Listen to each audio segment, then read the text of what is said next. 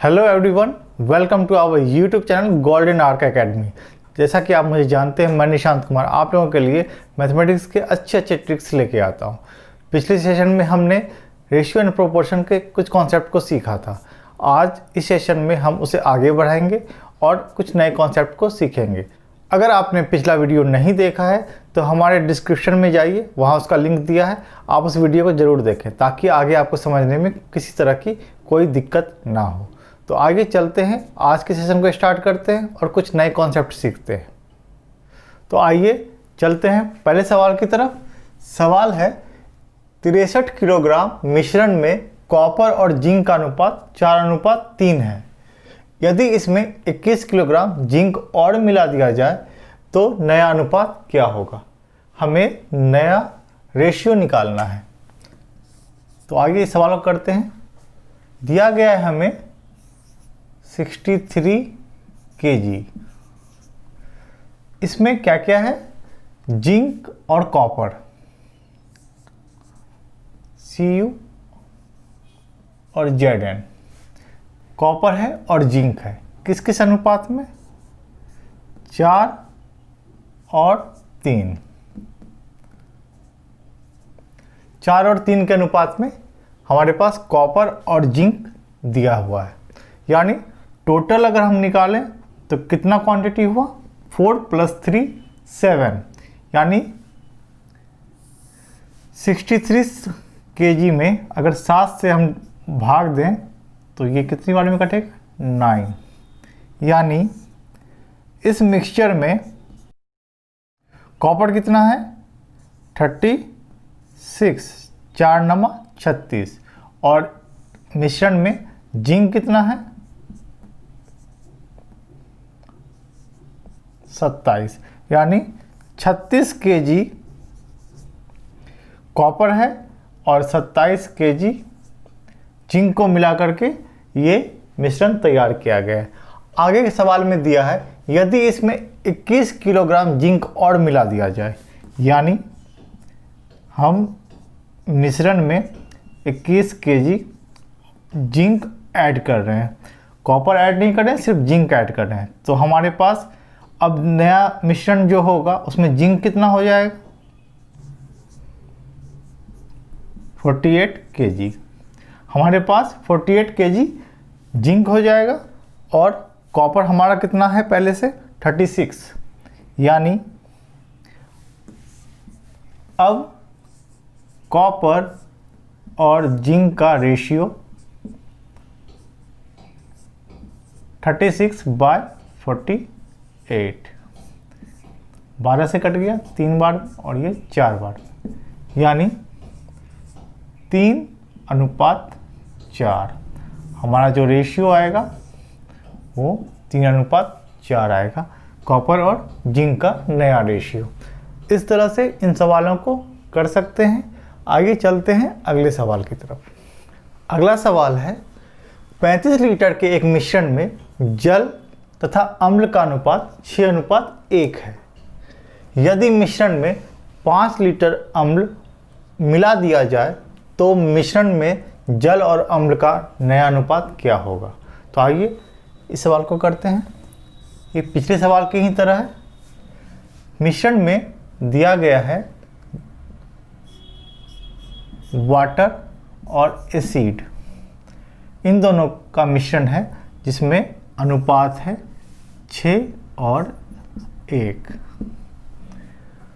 हमें total mixture 35 litre दिया गया है।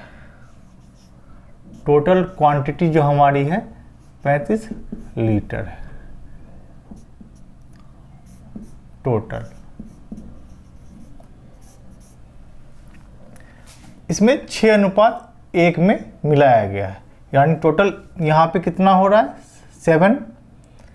अब इसे हम 7 से भाग दे देंगे तो 1 यूनिट की वैल्यू 5 आई। तो हम वाटर निकालेंगे, कितना लीटर है? तो वाटर को 6 यूनिट है तो 6 को 5 से गुना किए तो ये हमारा 30 लीटर इसमें वाटर आ गया। और एसिड कितना होगा? एक पार्ट है तो एक को 5 से मल्टीप्लाई करेंगे तो ये हमारा 5 लीटर आ गया। यानी 30 लीटर वाटर और 5 लीटर एसिड को मिला करके 35 लीटर का मिक्सचर बनाया गया था। अब आगे क्वेश्चन में दिया गया है यदि मिश्रण में 5 लीटर एसिड और मिला दिया जाए, यानी एसिड में हमने कितना ऐड किया 5 लीटर, तो 5 + 5 10 लीटर हमारा एसिड आ गया। अब जो नया मिश्रण है उसका अनुपात हमें निकालना है। नया मिश्रण में वाटर और एसिड का रेशियो निकालना है। तो वाटर कितना है 30, इसमें हमें कुछ नहीं मिलाया तो वाटर 30 और एसिड कितना है 10 लीटर।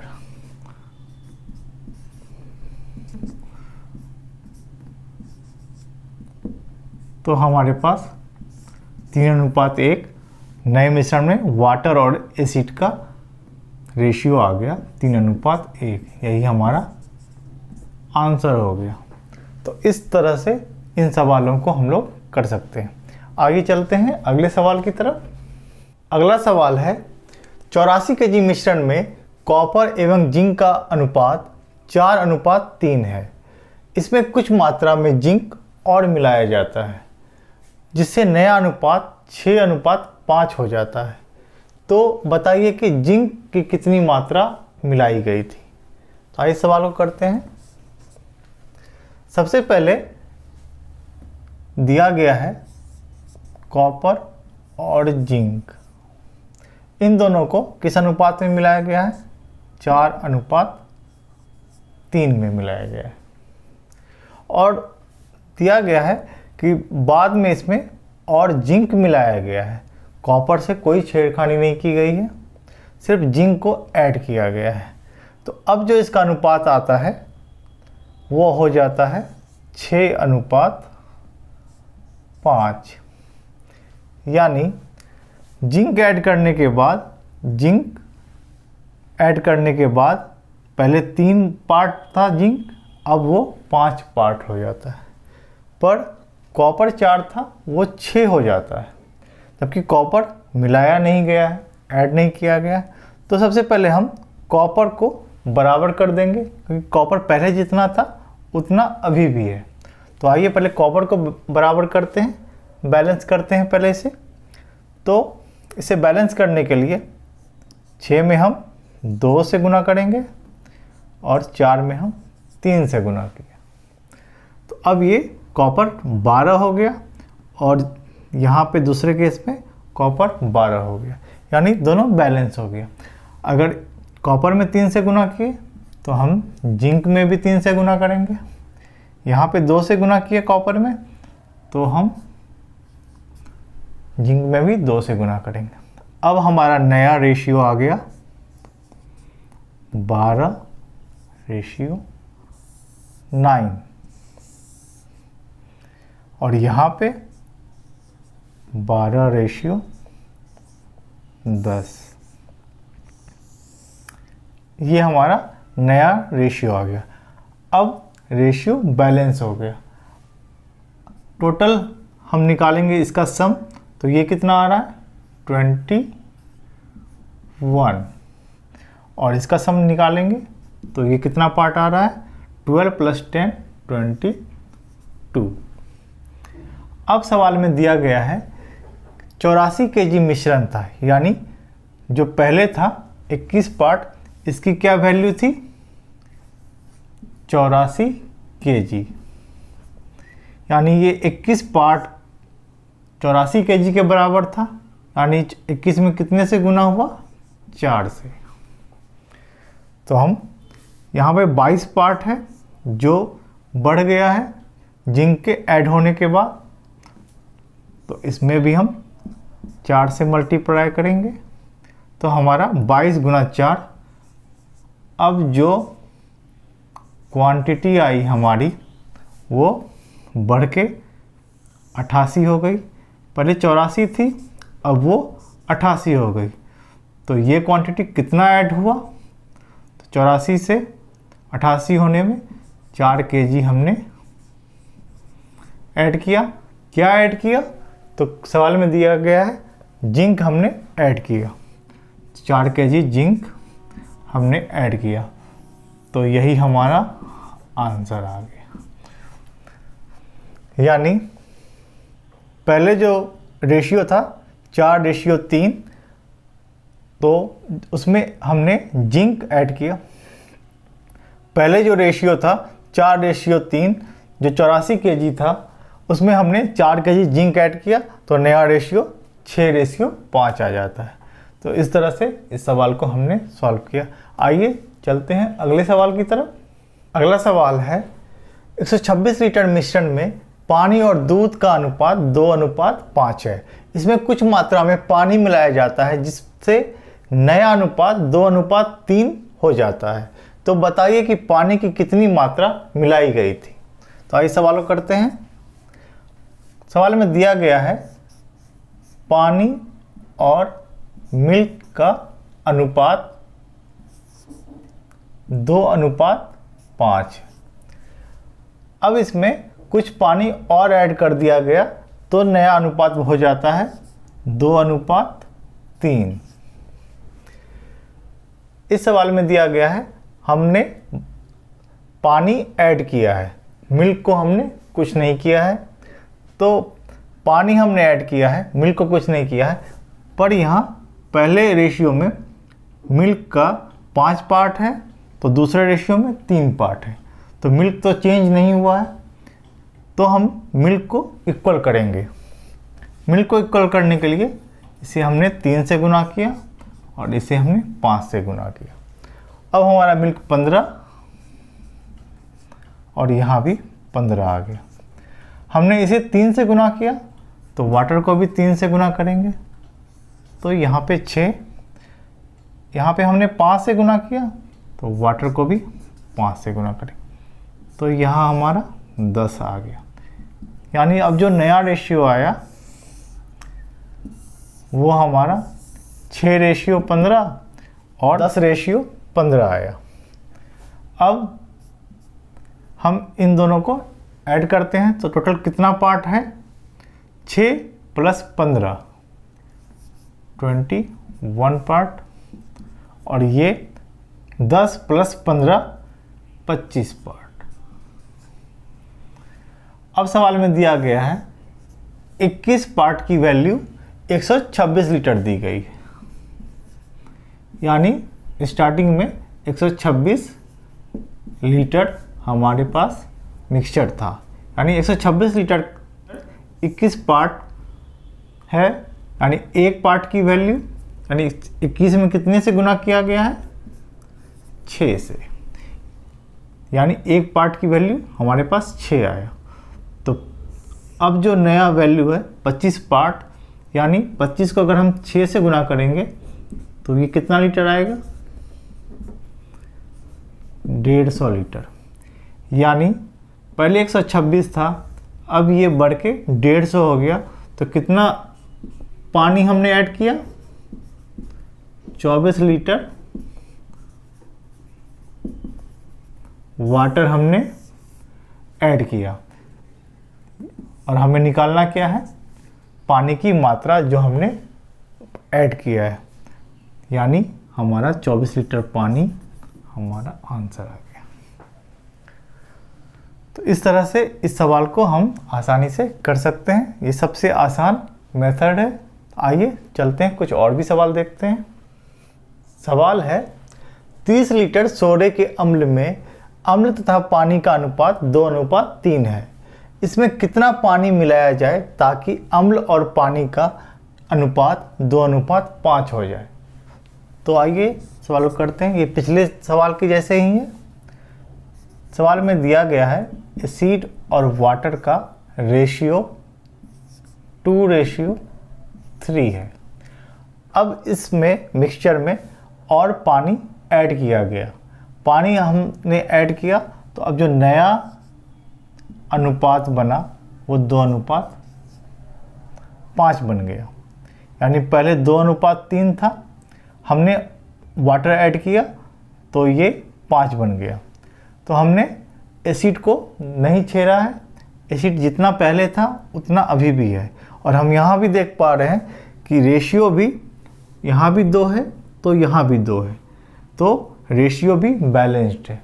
तो अब इसमें बैलेंस करने की ज़रूरत नहीं है। तो अब 2 पार्ट प्लस 3 पार्ट, कितना पार्ट आ गया टोटल? 5 पार्ट। सवाल में दिया गया है 5 पार्ट की वैल्यू 30 लीटर है।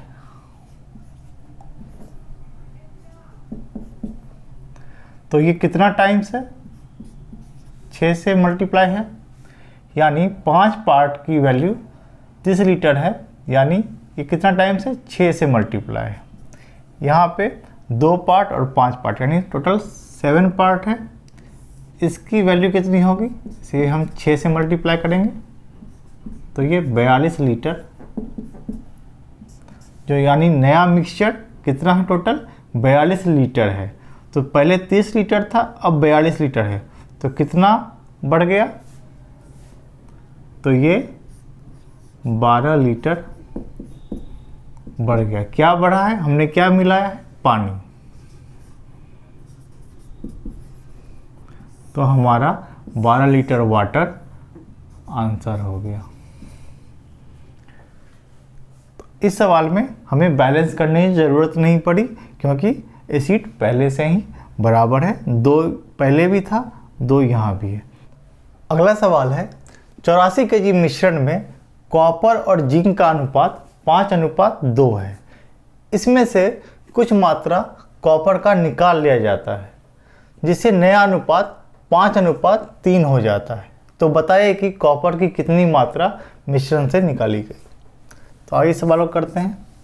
पिछले सवालों में मिश्रण में ऐड किया गया था या तो पानी या दूसरा आर्टिकल, लेकिन इस सवाल में निकाला जा रहा है।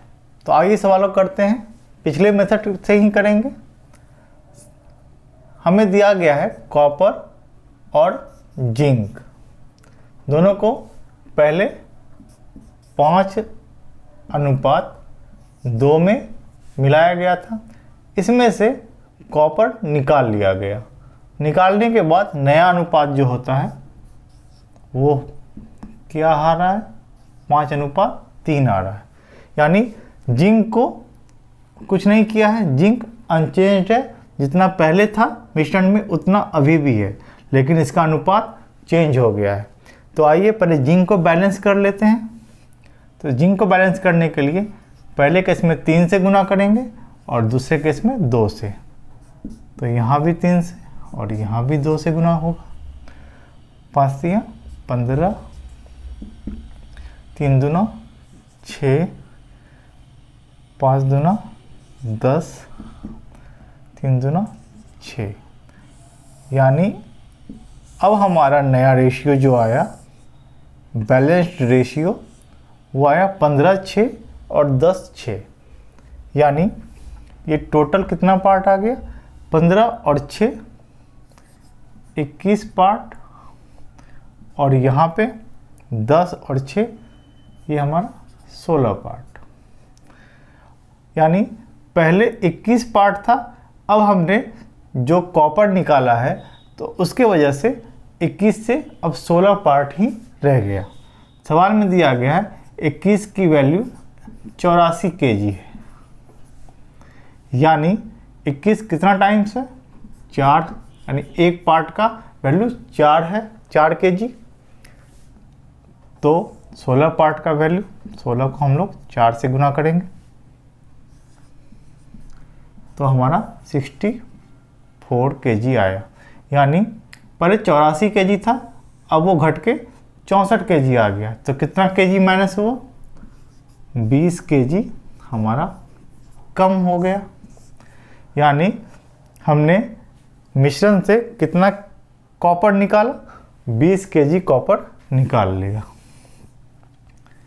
तो हमारा 20 केजी कॉपर हमारा आंसर आ गया। इस तरह से इन सवालों को इस मेथड से आसानी से कर सकते हैं। अगर मिश्रण में कुछ डाला गया हो या मिश्रण से कुछ निकाला गया हो, तो इस मेथड से हम लोग सबसे आसान तरीके से इसे कैलकुलेट कर सकते हैं। आई होप आपको ये कॉन्सेप्ट समझ में आया होगा और आप इस कॉन्सेप्ट पे ढेर सारे सवाल घर पे प्रैक्टिस करेंगे। आपको आज का ये वीडियो कैसा लगा आप हमें कमेंट में ज़रूर लिखें। अगर किसी तरह की परेशानी होती है सवालों में तो आप हमें कमेंट में ज़रूर लिखें, हम उनका हल ज़रूर देंगे। अगर आपको ये वीडियो पसंद आया तो वीडियो को लाइक करें, चैनल को सब्सक्राइब करें और शेयर करें। मिलते हैं अगले वीडियो में नए कॉन्सेप्ट के साथ। Thank you. जय हिंद।